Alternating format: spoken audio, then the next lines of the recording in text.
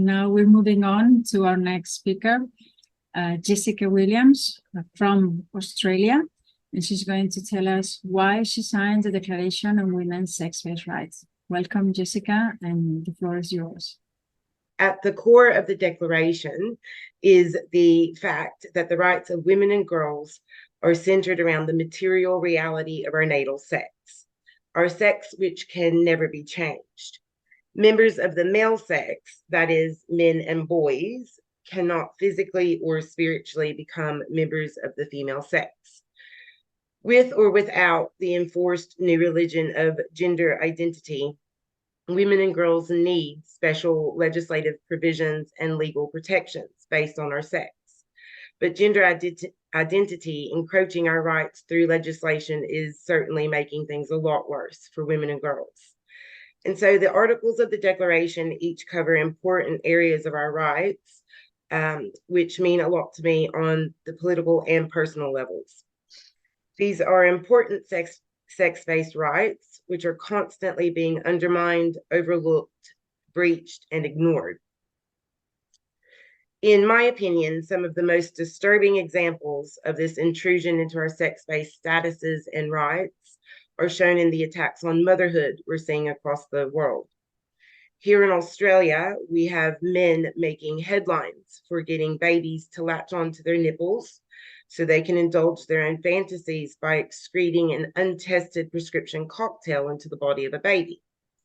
I wholly believe this is sexual assault of babies by deviant men. All the while, breastfeeding women are still being humiliated and discriminated against in Australia. The Australian Breastfeeding Association has abandoned mothers and their babies by advocating and facilitating this. They advocate for natal men to chest feed babies. They've also harassed and cut off volunteers and staff that resist this attack on the female-only status of motherhood. While women and girls in Australia suffer with inadequate reproductive health care, the government, some clinics, and some NGOs and women's advocacy groups worry about inclusive language for men that claim to be women and demand access to abortion and other reproductive health services. Only women and girls will ever need abortion services, and I'm very tired of suffering fools on this subject. And put very simply, I believe that the reproductive exploitation of women through surrogacy is wrong, full stop, and it must be stopped. As for the ludicrous notion that a man could ever gestate a human being in utero, I find it horrifying that some people on this planet are so deranged that they seek out ways to manipulate the male body to do something it is not intended to do and will never actually be able to do. But to hell with the carnage that they create on this wild goose chase. There are far too many examples of women and girls being punished and discriminated against for expressing opinions about and against gender identity.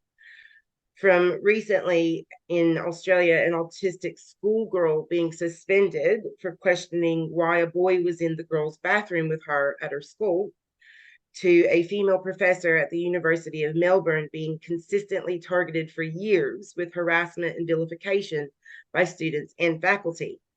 And in more recent months, an academic researcher and law student at the University of Melbourne has been harassed for her opinions about gender identity. Even the United Nations Special Rapporteur on violence against women and girls was compelled to speak up about the suppression of this important right for women. Within her statement, she says, quote, attempts to silence women based on the views they hold regarding the scope of gender identity and sex in law and in practice, and the rights associated with these, severely affects their participation in society, in dignity, and in safety, as well as their country's prosperity and development. Many women in Australia face dangers in their own homes. We know a lot about this as a community. And now we are also experiencing violence in the public, often in broad daylight, over our gender-critical views.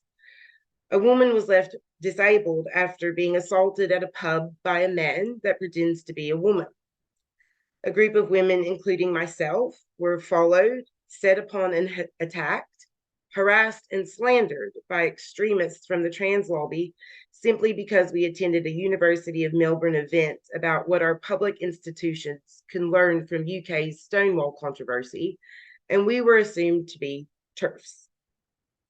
Women need police protection to gather for public demonstrations, and in the year 2023, lesbians cannot gather at public events as lesbians only. The Lesbian Action Group in Victoria is currently taking on the Australian Human Rights Commission to hold what they're calling female-born lesbian-only public events. An exemption application was made to rightfully exclude all men and heterosexual women from their events. The AHRC just handed down its preliminary decision to not approve the exemption application from the Lesbian Action Group. Hundreds of Australian women and many men have sent in thousands of submissions and letters with impeccable and comprehensive resources to hundreds of consultations and surveys pertaining to matters of our sex-based rights and child safeguarding. We have spent countless hours ensuring all levels of government and members of every political party are informed about this erosion of our rights, only for it all to be ignored. While the ability to engage with consultations and the like is a level of political participation, when your words, experiences, and research are completely ignored every time, it begins to feel futile. Even when our submissions have been the clear majority, they have still been wholly ignored. Some Australian women have essentially been blacklisted and barred from engaging with their local members for parliament.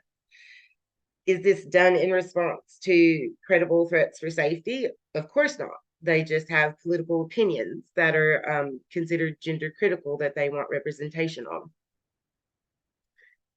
As for fair participation in sport, per my research, which is quite a bit, every single Australian sporting body has embedded pathways within their policies and regulations for natal men to be considered natal women, and for those men to compete as and against women.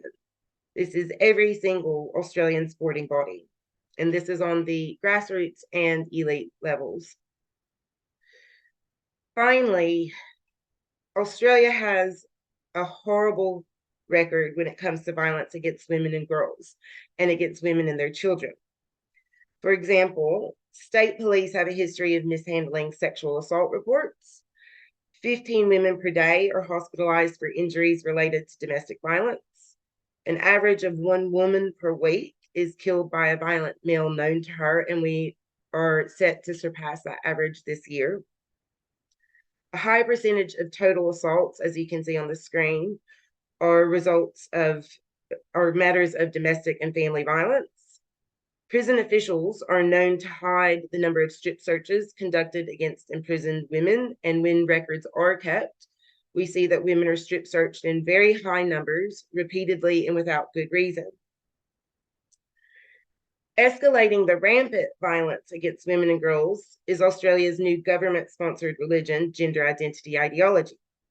On top of increasing rates of female incarceration, deaths of Aboriginal women in custody, and so many other injustices that incarcerated women face, every state and territory in Australia has a policy or a legislative provision which permits natal men being housed as and with women. During the sentencing of a dangerous male sexual offender in a Victorian court, His Honour Judge Tawana states the following in reference to the man known as Lisa Jones. Having considered this matter carefully, I am satisfied beyond reasonable doubt that you will pose a risk to the sexual safety of 1 or more persons or to the community upon your release from custody. He also said, I am satisfied beyond reasonable doubt that you present a real risk as opposed to a fanciful risk, and I regard the magnitude and the nature of the risk posed by you and the consequent gravity of possible harm as high. Despite the clear and admitted risks this man posed, He was placed in a women's unit at the Dame Phyllis Frost Centre, a supposed women-only prison in Victoria, Australia. On top of that, thousands of girls and young women are being sent binders every year, oftentimes without any parental or medical professional involvement. All levels of government are seemingly captured, and there is seemingly no political party or government department with the integrity to genuinely stand for women's rights in these matters. State health departments and other departments, which are running female-specific surveys and consultations, define woman as everyone and anyone in the country, further skewing important data, and police process people based on self-identified gender. Of course, this is just the country I live in. It gets worse for women in some other countries in many ways.